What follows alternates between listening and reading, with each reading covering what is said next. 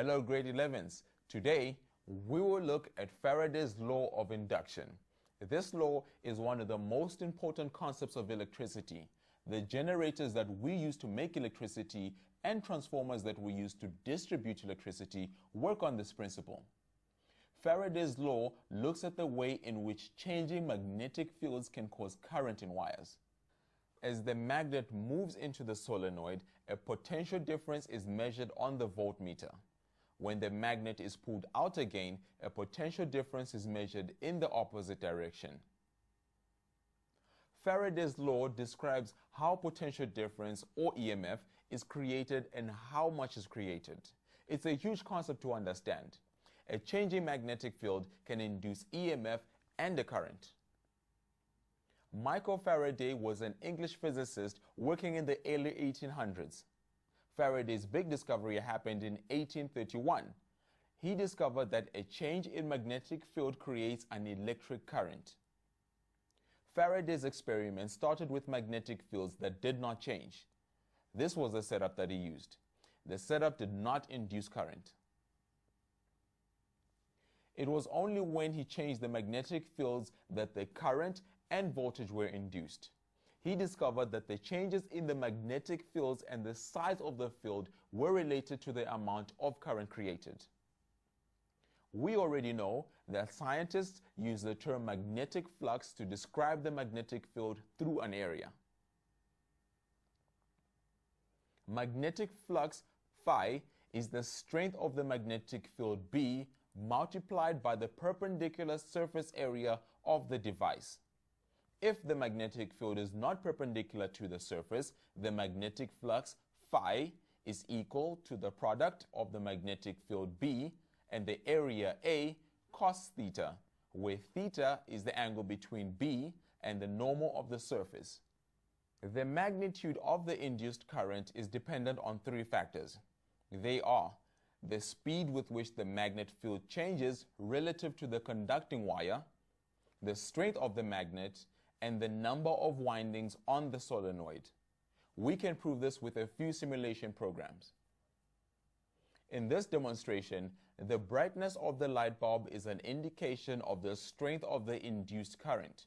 We start by moving the magnet slowly in and out of the solenoid. The bulb glows, but not very brightly. Now we will use the same magnet, but move it very fast. The light bulb burns brightly. The light bulb shines brightly when the speed of the motion is fast. We can conclude that the greater the speed with which the magnet is moved, the bigger the induced current or EMF. We can also use the simulation to see the effect of the number of coils on the induced EMF. A second coil with fewer turns on it appears. When we move the magnet through this coil, we see that there is not a lot of current induced since the bulb is not glowing very brightly. When we move the same magnet through the bottom coil at the same speed, you see that the light bulb glows much brighter. So, the bulbs glow the brightest when there are many windings on the solenoid. The conclusion is that the greater the number of coils on the solenoid, the greater the induced current. The last factor that affects the size of the induced EMF is the strength of the magnet. Here, we set up the demonstration so that the magnet has a strength of 50%. We now move the magnet in and out of the coil. Look at the brightness of the light bulb. Let's change the strength of the magnet to 100%. We move the magnet at the same speed as before and the solenoid still has two turnings on it. The light definitely shines brighter than before. This proves that a stronger magnet will induce a greater current when the speed of the motion and the number of turns on the solenoid stays the same. Keke will now show us how Faraday placed all of these factors into a law. She will also show us how Faraday derived an equation to calculate the magnitude of the induced EMF. From his experiments, Faraday developed a theory to explain why an EMF is induced in a coil when there is relative motion between a coil and a magnet. His explanation has become known as Faraday's law of electromagnetic induction. Have a careful look at this statement of his law. The magnitude of the induced EMF in a conductor is directly proportional to the rate of change of magnetic flux through the conductor. For a given coil, we can write a mathematical expression for Faraday's law as follows. E is directly proportional to delta phi divided by delta T. Let's look at what all these letters and symbols stand for. E stands for the magnitude or size of the induced EMF, and delta phi over delta T is the rate of change in magnetic flux. Remember that the magnetic flux phi is equal to the product of the magnetic field B and the cross-sectional area A through which the field passes. So why did Faraday link the size of the induced EMF to the rate of change of magnetic flux? To understand this, let's think back to Faraday's original experiment when he placed a stationary magnet inside a coil. The magnetic field lines from the bar magnet cut across the area of the coil, so there is a magnetic flux cutting through the coil. But notice that there is no induced EMF in the coil. There is no reading on the galvanometer. Watch what happens when a magnet moves relative to the coil. When the magnet enters the coil, the field lines only cut through a small area of the coil, meaning that there is a small magnetic flux cutting through the coil. But as the magnet moves further into the coil, the area increases, which means that the magnetic flux has increased. So there has been a change in magnetic flux. This change in magnetic flux occurred during a certain time interval while the magnet moved. A change in magnetic flux per unit time is called the rate of change of magnetic flux. If we move the same magnet faster in the coil, the change in magnetic flux will be the same as when the magnet moves slowly, but the time taken for this change will be less, and so the rate of change will be greater. Keke confirmed that the speed at which the magnet moves affects the induced EMF. Therefore, the induced EMF is inversely proportional to the time in which the magnet moves. The second factor that affects the induced EMF is the strength of the magnet. Can you see that the magnetic flux is dependent on the strength of the magnetic field B? If we make the magnet stronger, we will increase the magnetic field. Because a stronger magnet will have more field lines, it will cut through a larger area on the conductor than a weak magnet. The result of using a stronger magnet with more field lines is a greater change in magnetic flux when it moves relative to the coil. Also, a greater EMF should be induced in the coil than when a weaker magnet moves.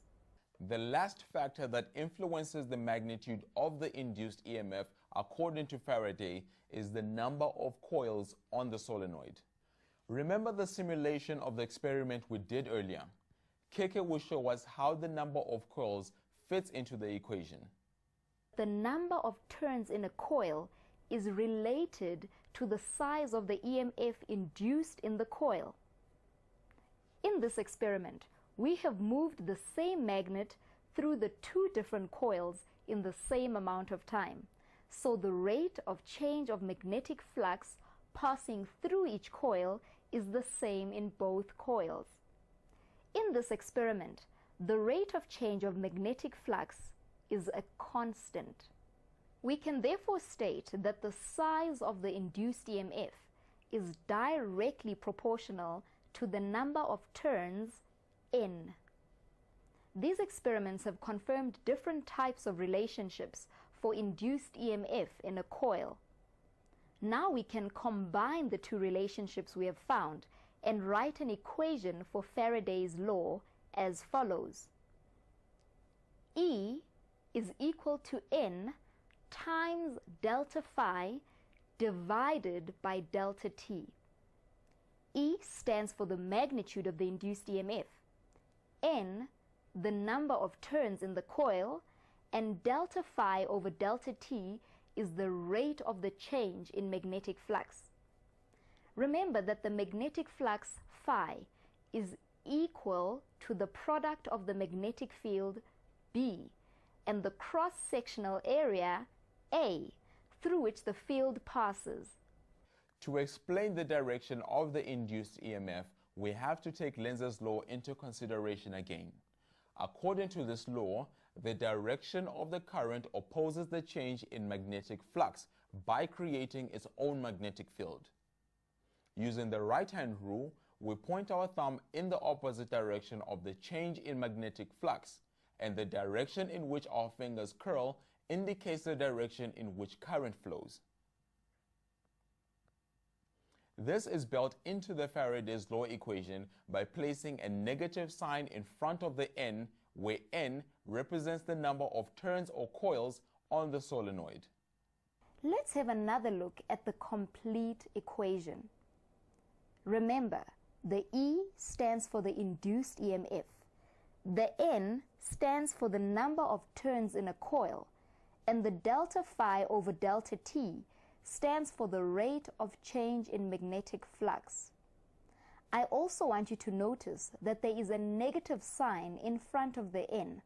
This negative sign indicates the direction of the EMF and of the induced current. From this equation, we can say that the induced EMF, or current, has the opposite sign compared to the rate of change in magnetic flux. Remember, a positive or negative sign are often used to indicate direction. So in this case, we can say the induced EMF or current is in the opposite direction to the change in magnetic flux. We now have a better grasp of electromagnetic induction and Faraday's law and the link with the direction of the induced current. Next time, we can look at some applications of the derived equation. I'll see you then.